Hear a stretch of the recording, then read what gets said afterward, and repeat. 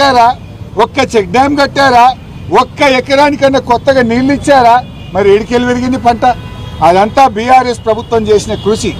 మేము మిషన్ కాకతీయలో చెరువులు బాగా చేశాం, చెక్ డ్యాములు కట్టాం.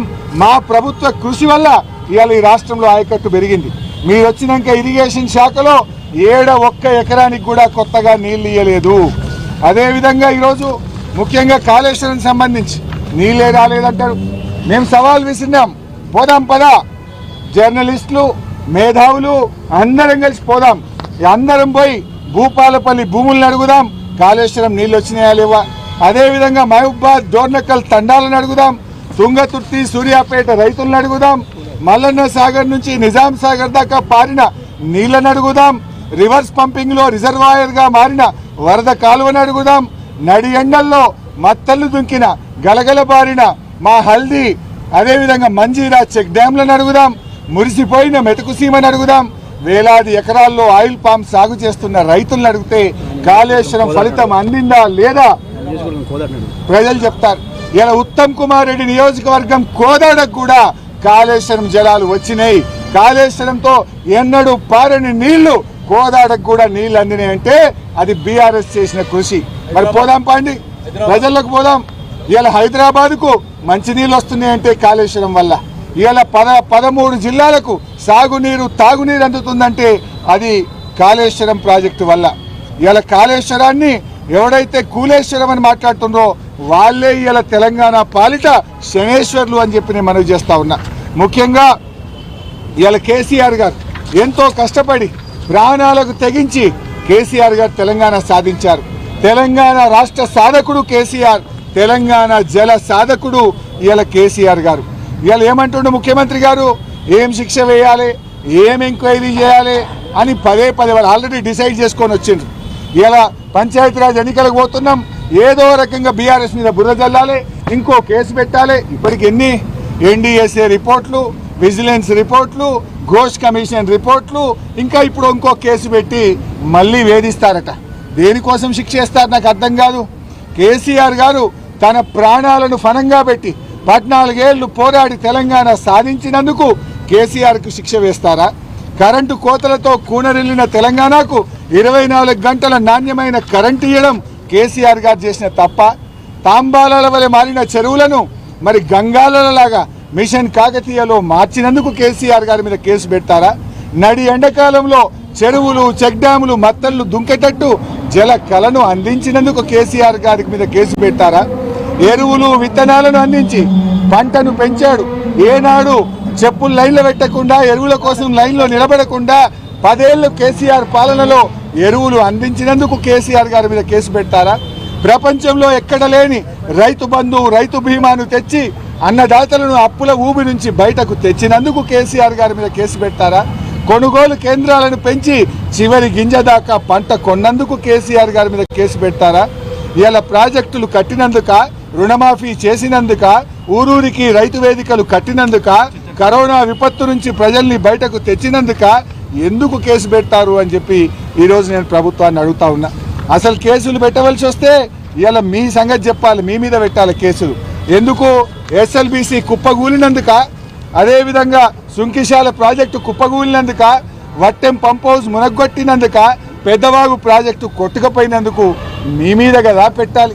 ముఖ్యమంత్రి రేవంత్ రెడ్డి భాషలో చెప్పాలంటే కొరడాలతో ఎవరిని కొట్టాలనో చెప్పాలి రేవంత్ రెడ్డి, ఎవరిని ఉరి తీయాలనో చెప్పాలి రేవంత్ రెడ్డి.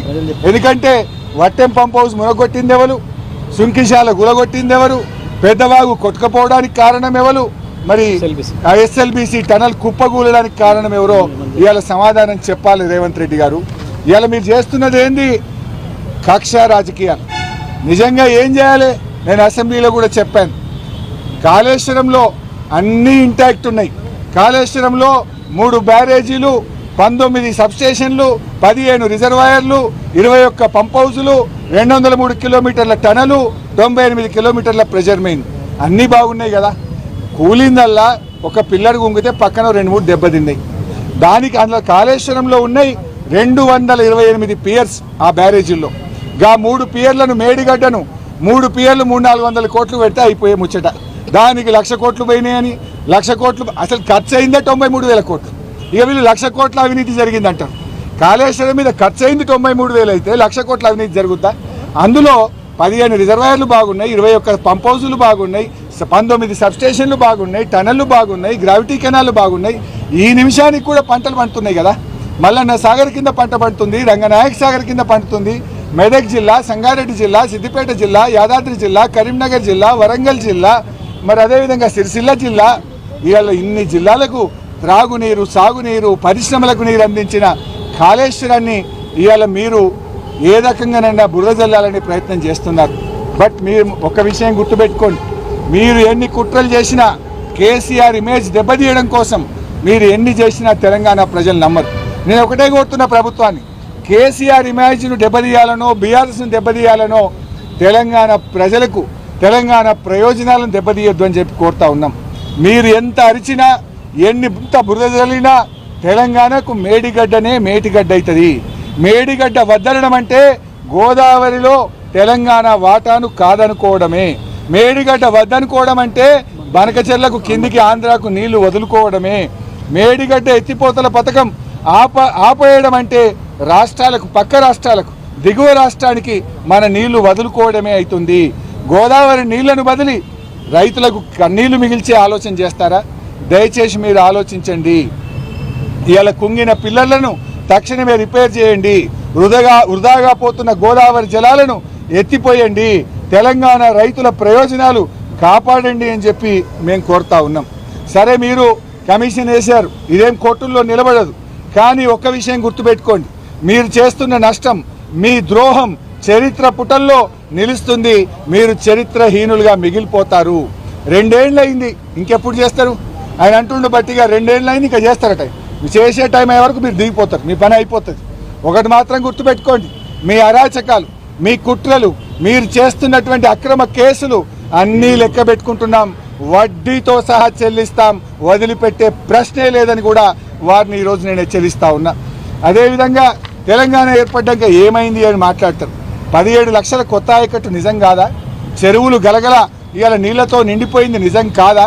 పెద్ద ఎత్తున చెక్ డ్యాములు కట్టి భూగర్భ జలాలు పెరిగింది నిజం కాదా? ఇవాళ తెలంగాణలో బీఆర్ఎస్ హయాంలో 218 టీఎంసీల రిజర్వాయర్లు కట్టాం. 218 టీఎంసీలు. ఇవాళ ఒకసారి చూస్తే బసవాపురం 11 టీఎంసీలు, మలకపేట 3, కొండపోచమ్మ 15, మల్లన్న సాగర్ 50, రంగనాయక సాగర్ 3, అన్నపూర్ణ 3.5, మేడారం 1 టీఎంసీ, సుందిల్ల 8 టీఎంసీలు, అన్నారం 10, మేడిగడ్డ 16 టీఎంసీలు. అదేవిధంగా నష్కల్ రిజర్వాయర్ 0.5, మిడ్మానేర్ 27, సమ్మక్క సాగర్ 7, చెనాకా కొరాట 1 టీఎంసీ, పాలమూరు రంగారెడ్డిలో నార్లాపూర్ 8, ఏదుల 8, వట్టెం 17, కరివెన 16, దిండి ఎత్తిపోతల పథకంలో 3 టీఎంసీలు. అదేవిధంగా ఎస్ఎల్బీసీలో బ్రాహ్మణ వెల్లెం, నీల్వాయి, మత్తడివాగు, మిషన్ కాకతీయ ద్వారా చెరువుల సామర్థ్యం పెంచాం, చెక్ డ్యాములు కట్టి నీటి నిల్వ పెంచాం. ఇట్లా చూస్తే 218 టీఎంసీల నీళ్లు నిల్వ చేసే రిజర్వాయర్లను కట్టింది బీఆర్ఎస్ పార్టీ. మీరేం చేసిండ్రు? 2 ఏళ్ళు అయింది. ఒక చెరువు కట్టినరా? ఒక్క చుక్క నీళ్లు ఎక్కడైనా ఆపినరా?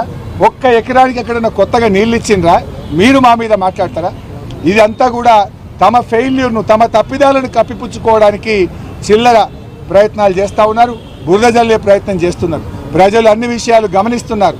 మేము చాలా ఓపికగా అసెంబ్లీలో మాట్లాడాలి, క్లారిఫై చేయాలి, అన్నీ చెప్పాలని మరి మేము ప్రయత్నం చేస్తే మా గొంతు నొక్కారు, మాకు మైక్ ఇవ్వలేదు. నిన్న కూడా స్పీకర్ గారిని కలిసి ఇవాళ కూడా మా సభ్యులు చెప్పారు, 8 మంది ఉన్న వాళ్లకు 7 సభ్యులు ఉన్న వాళ్ళకి ఎంత టైం ఇస్తున్నారు, 38 మంది ఉన్న బీఆర్ఎస్ పార్టీకి ఎంత టైం ఇస్తారు, ఒక్క సభ్యుడు ఉన్న సిపిఐకి ఎంత టైం ఇస్తారో మరి దానికి అనుగుణంగా 38 మంది ఉన్న మాకు టైం ఇవ్వాలి కదా. 58 నిమిషాలకే ఇక అయిపోయింది మీ టైం అని కూర్చోమంటారు. ఇంత పెద్ద ఇంపార్టెంట్ రిపోర్ట్, 650 పేజీల రిపోర్ట్ ఇచ్చిండ్రు, ఎన్డీఎస్ఏ రిపోర్టు పెట్టిండ్రు, విజిలెన్స్ రిపోర్టు పెట్టిండ్రు. వీటన్నిటి మీద మాట్లాడదామంటే మైక్ ఇస్తలేరు. ఎందుకు భయపడుతున్నారు అంటే మీ తప్పిదాలు బయటపడుతున్నాయి. మీరు చేసిన తప్పుడు వాదనలు ప్రజలకు తెలుస్తాయని, ప్రజల ముందు దోషిగా నిలబడాల్సి వస్తుందని ముఖం చాటేయడం కోసం, తప్పించుకోవడం కోసం ఇలా మా గొంతు నొక్కిండ్రు, మా మైక్ కట్ చేసిండ్రు. దానికి నిరసనగా బీఆర్ఎస్ సభ్యులం మేము మా తీవ్రమైన